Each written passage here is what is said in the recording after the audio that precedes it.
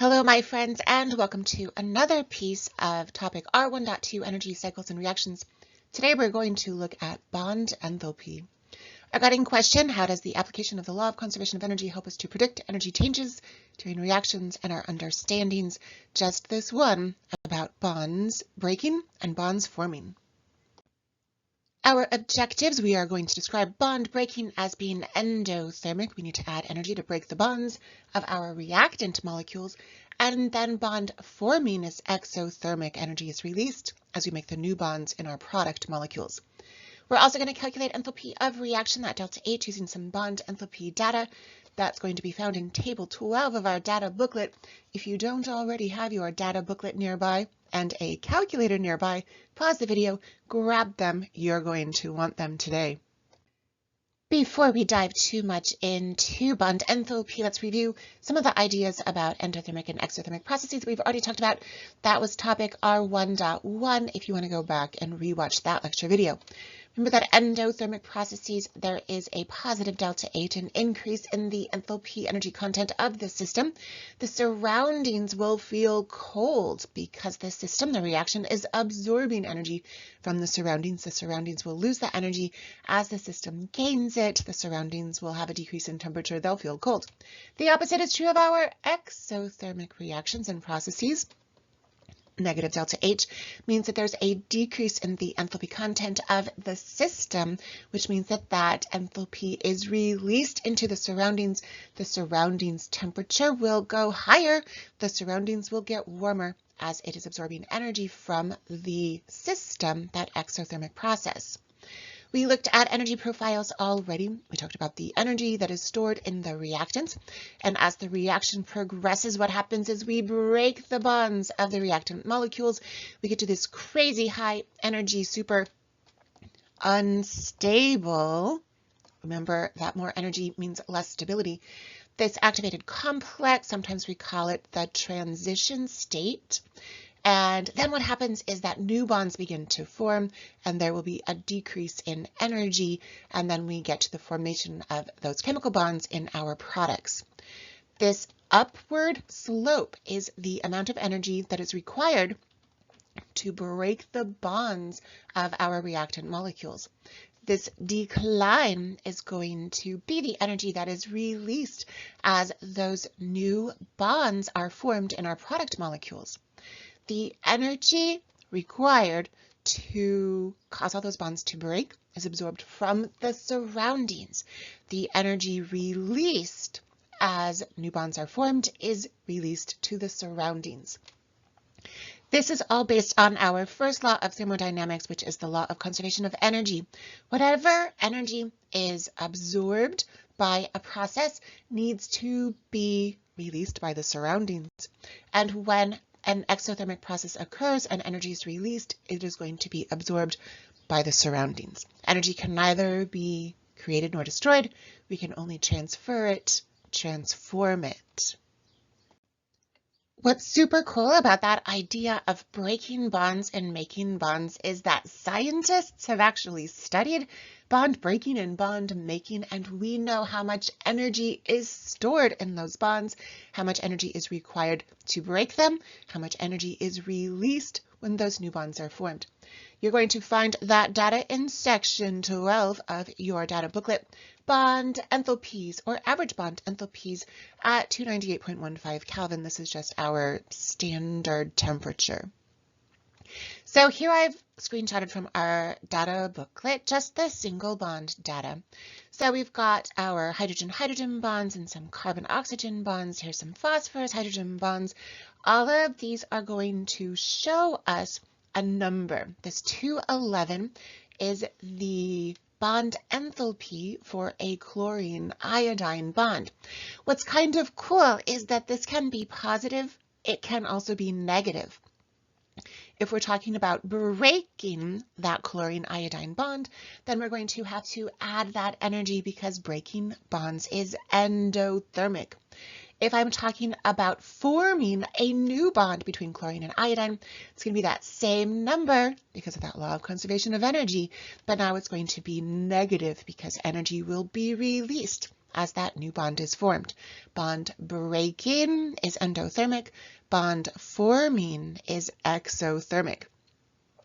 The process of breaking a bond is homolytic fission. We talked about this back in our unit on organic chemistry. So those of you who are missing Orgo, here we're going to bring a little bit back. So homolytic fission, what happens is the two electrons that are stored in this bond are going to be equally the same divided between the pieces of this molecule. So we're going to send one electron over to hydrogen, we're going to send one electron over to chlorine, and what we're going to form is two radicals, one hydrogen and one chlorine. The amount of energy needed to make this happen is given to us right here. The amount of energy needed to break that bond, this homolytic fission of hydrogen chloride, is 431. Because I'm breaking this bond, this is going to have a delta H of positive 431 kilojoules per mole. This is how much energy is required to break apart 1 mole of hydrogen chloride molecules. But what if I wanted to form a hydrogen chloride molecule from hydrogen and chlorine? As these two guys come together and we make a new bond, we go back to hydrogen chloride, the energy is released and our delta H is going to be still 431 kilojoules per mole, but because we're forming new bonds, and forming bonds is exothermic, it's going to be a negative 431 kilojoules per mole. Breaking bonds is a positive delta H. Forming bonds is a negative delta H. The numbers stay the same because of that law of conservation of energy. Let's go ahead and put all of those ideas into an actual problem. Let's say I want to calculate the delta H, the enthalpy of reaction, for this reaction where I'm taking ethene and I'm adding bromine to form 1,2-dibromoethane. Those of us who have been missing organic chemistry, it's not going away, friends. We're going to talk about it a lot. So this bromination of ethene, electrophilic addition reaction, let's figure out using our bond enthalpy data in section 12 of our data booklets. Let's figure out what that number is equal to. So the first thing that we're going to do is figure out all of the bonds that we need to break in our reactant molecules. I have a carbon-carbon double bond. I'm actually going to look at the bottom part of section 12 here, where my multiple bond data is, and I see that carbon-carbon is 614. So I want to break that carbon-carbon double bond, 614 kilojoules per mole. Required to make it happen, it's going to be positive because bond breaking is endothermic. I also have 1, 2, 3, 4 carbon-hydrogen bonds. Each one of those carbon-hydrogen bonds is 414 kilojoules per mole. This one is 414, and this one is also 414, and to break this one, I also need 414 kilojoules per mole, and to break this one, I also need 414 kilojoules per mole. They're all going to be positive because I'm breaking all 4 of those bonds. I need that 414 per each and every one of those carbon-hydrogen bonds. There's one more bond that we need to break. We need to break our bromine-bromine bond because I'm still looking at the reactants here. Bromine-bromine in my section 12 of the data booklet is a 193. I'm still breaking that bond, so I'm still adding 193 kilojoules per mole for bromine-bromine. So I'm going to go ahead and tally up all of the energy that we have to add in order to break all the bonds in our reactants. So I'm going to have that positive 614 for my carbon-carbon double bond. I'm going to have 4 times 414. That calculator says is 1656 positive, 1656 to break all the carbon-hydrogen bonds. And then we're also going to add 193 for my bromine-bromine bond. The sum of those 3, handy-dandy calculator says 2463 kilojoules per mole to break all of those bonds. What that means is when I'm looking at my energy profile, I've got my reactants to get to my activated complex or my transition state. We need to add 243 kilojoules of energy. Now we're going to do the same thing for our products. So I have a carbon-carbon single bond. That carbon-carbon single bond is right here, 346. 346 kilojoules are going to be released when we form this new bond because bond forming is exothermic. So it's going to be a negative 346. I also need to form 1, 2, 3, 4 bonds between carbon and hydrogen. That number is still going to be that 414.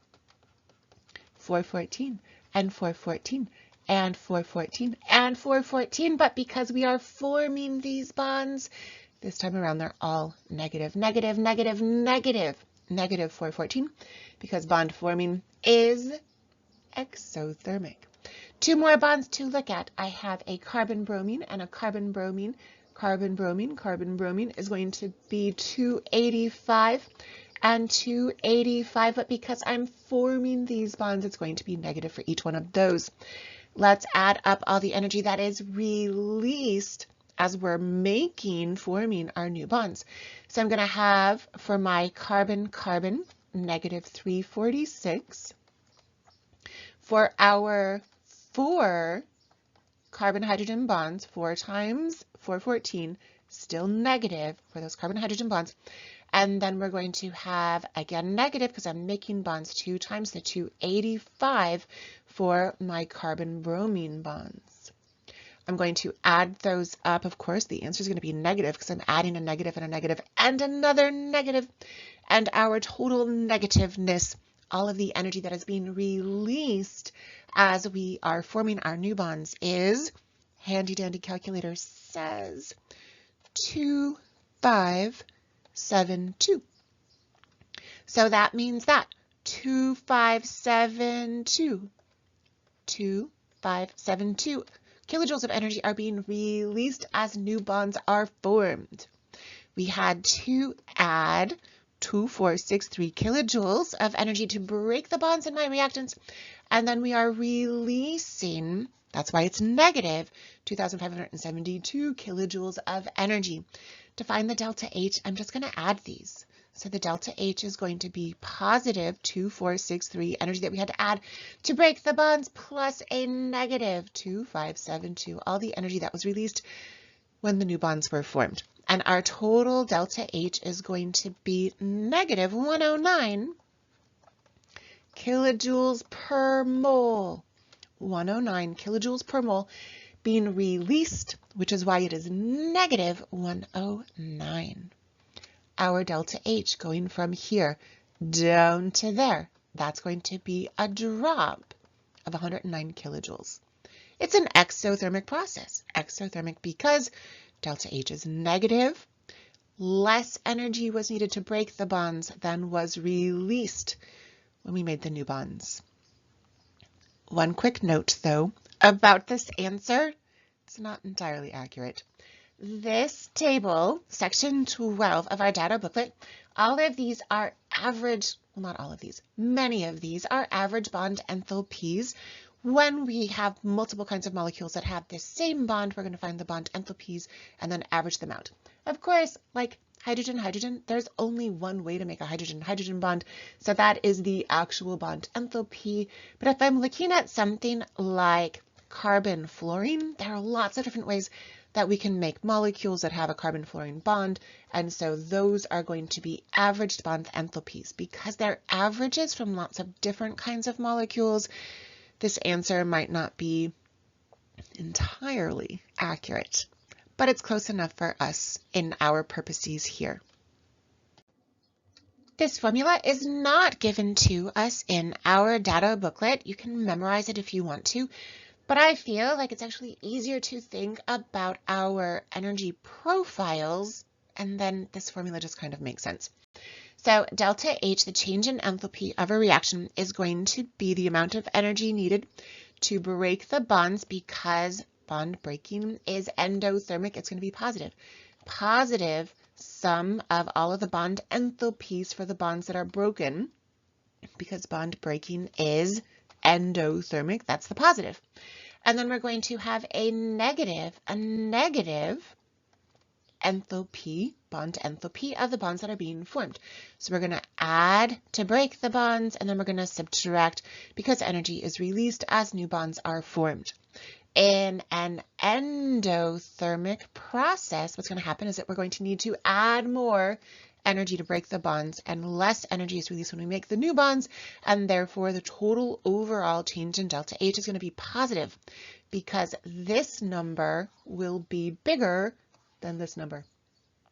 The opposite is true of our exothermic processes. The amount of energy that we need to add to break the bonds of the reactants is going to be less than the amount of energy that is released.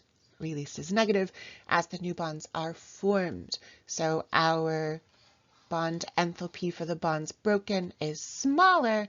Our bond enthalpy for bonds formed and released is larger. The total overall change in enthalpy will be negative. More is released than we had to add. So again, you can memorize this formula. Let me erase all the scribbles so that you can actually see it. You can memorize this formula, but you can also just think about it as add the energy to break the bonds minus release the energy to form the new bonds. And we're going to wrap up this video lecture with one last practice problem.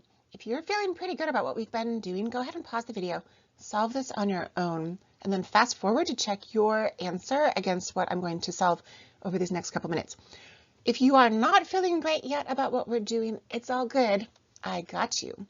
We are going to calculate the delta H, that enthalpy change for the complete combustion of methanol in kilojoules per mole. We need a balanced equation so that we know what bonds we are breaking and making. We're going to start with methanol. Methanol has one carbon, that's the meth part, and then we're going to add one hydroxyl group, that's the all part. Combustion means that we're adding some oxygen, and the complete combustion of alcohols and hydrocarbons is going to produce carbon dioxide and water. Let's balance this thing.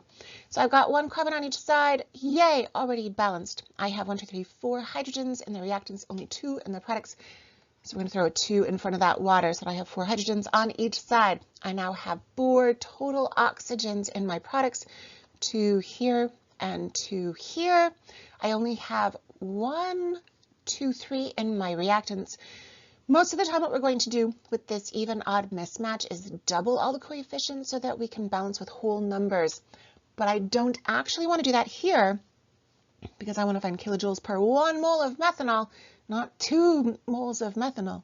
And so we're going to use a fraction in our coefficients, which is odd, but in thermo, it's actually pretty common. So we're going to use 3/2 of oxygen. That's going to give us 1, 2, 3, 4 oxygens, and then those other 4 oxygens. We've got a balanced equation. Let's use our bond enthalpy data to break some bonds. So we're going to break 1, 2, 3 carbon-hydrogen bonds.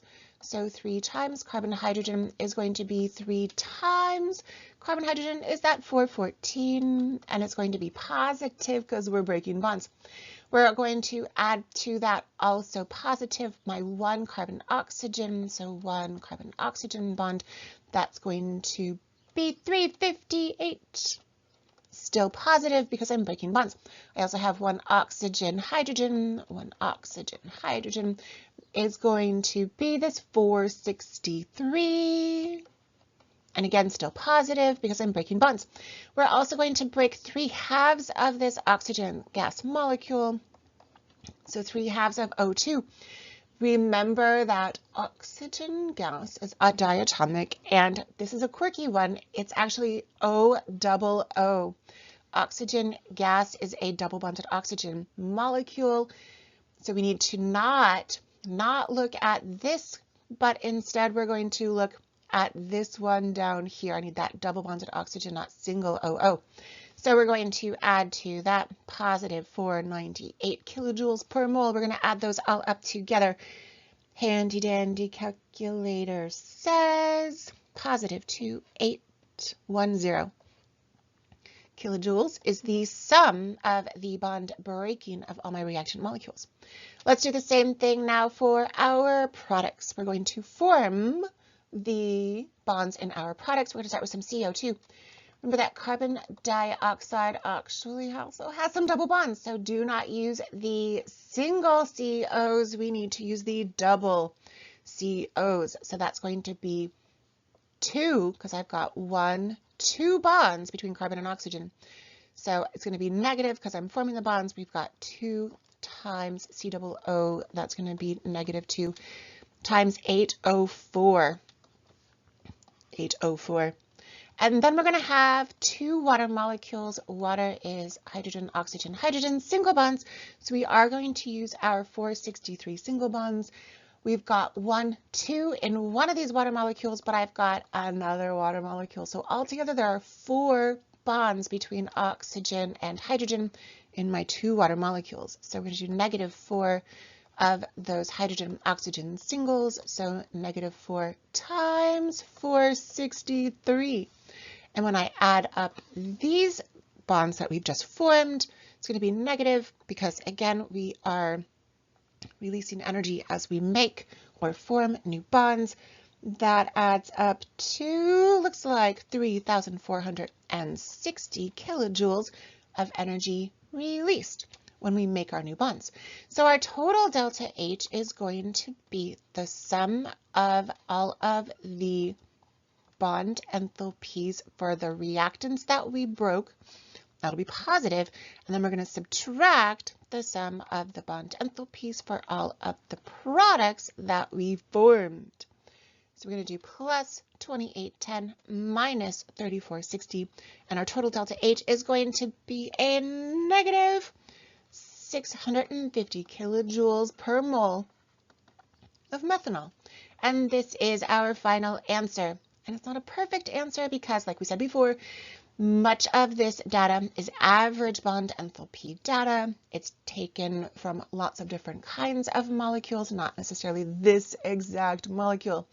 And so if we were to compare this value to table 14 in our data booklet, which is enthalpies of combustion, and we see that methanol should be negative 726, and we only got negative 650. That's because, again, some of these bond enthalpy values are averages. And we did it. We have come to the end of yet another video lecture. Guiding question, how does the application of the law of conservation of energy? Energy can neither be created nor destroyed. How does that help us predict those energy changes, those delta H's during reactions? We talked about bond breaking is endothermic. It's going to be a positive delta H. Bond forming is exothermic. Making new bonds is going to be a negative delta H. And we can use section 12 of our data booklet to break bonds and make new bonds to calculate enthalpies of reactions. Great work today, my friends.